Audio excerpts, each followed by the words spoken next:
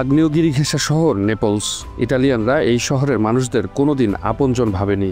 আর্থিক অসচ্ছলতা, রোগবালাইয়ের কারণে একটা সময় নেপলসের প্রতি নিচু চোখে তাকাতো গোটা ইটালি। এরপর বুয়েনোস আয়ার্স থেকে এক বিপ্লবী এলো, Maradona, the god of Naples.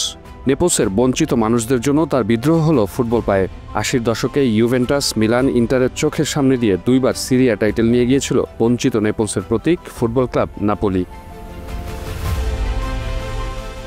ইতালির এলিট ক্লাস আর কোনোদিন নেপলসকে ছোট করে দেখার সাহস পায়নি। সেই নাপোলি ৩৩ বছর পর ২০২২-২৩ মৌসুমে তৃতীয় শিরোপা জেতার পর এবার এলো চতুর্থ শিরোপা। গতকাল শেষ রাউন্ডে কালিয়ারিকে ২-০ গোলে হারিয়ে তারা শিরোপা নিশ্চিত করেছে। শিরোপা নির্ধারণী লড়াইয়ের আগে ইন্টার মিলান আর নাপোলির মধ্যে পয়েন্ট ব্যবধান ছিল ১। কোমোর বিপক্ষে ম্যাচটি ২-০ গোলে জিতে নেয় ইন্টার মিলান। অন্যদিকে নেপলসের দিয়েগো ম্যারাডোনা স্টেডিয়ামে কালিয়ারির বিপক্ষে নাপোলিও জিতেছে ২-০ গোলে। ৩৮ ম্যাচে ২৪ জয় ও ১০ ড্রয়ে নাপোলির পয়েন্ট হল ৮২, আর রানার্স আপ ইন্টার মিলানের পয়েন্ট ৮১। তাই দিনের আরেক ম্যাচে কোমোর মাঠে একই ব্যবধানে জিতেও শিরোপা ধরে রাখতে পারেনি ইন্টার মিলান। নাপোলির শিরোপা জয় নিশ্চিতের পর গোটা স্টেডিয়াম উল্লাসে ফেটে পড়ে।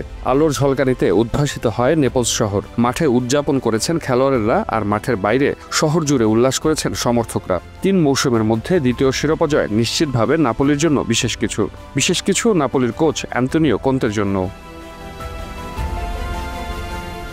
প্রথম কোচ হিসেবে তিনি ভিন্ন ৩টি ক্লাবের হয়ে ইতালিয়ান শীর্ষ লিগের শিরোপা জিতলেন। ২০১১-১২ এবং ২০১২-১৩ মৌসুমে কন্তে শিরোপা জিতেছেন জুভেন্টাসের হয়ে। এরপর ২০২০-২১ মৌসুমে ইন্টার মিলানের হয়ে, আর এবার জিতলেন নাপোলির হয়ে।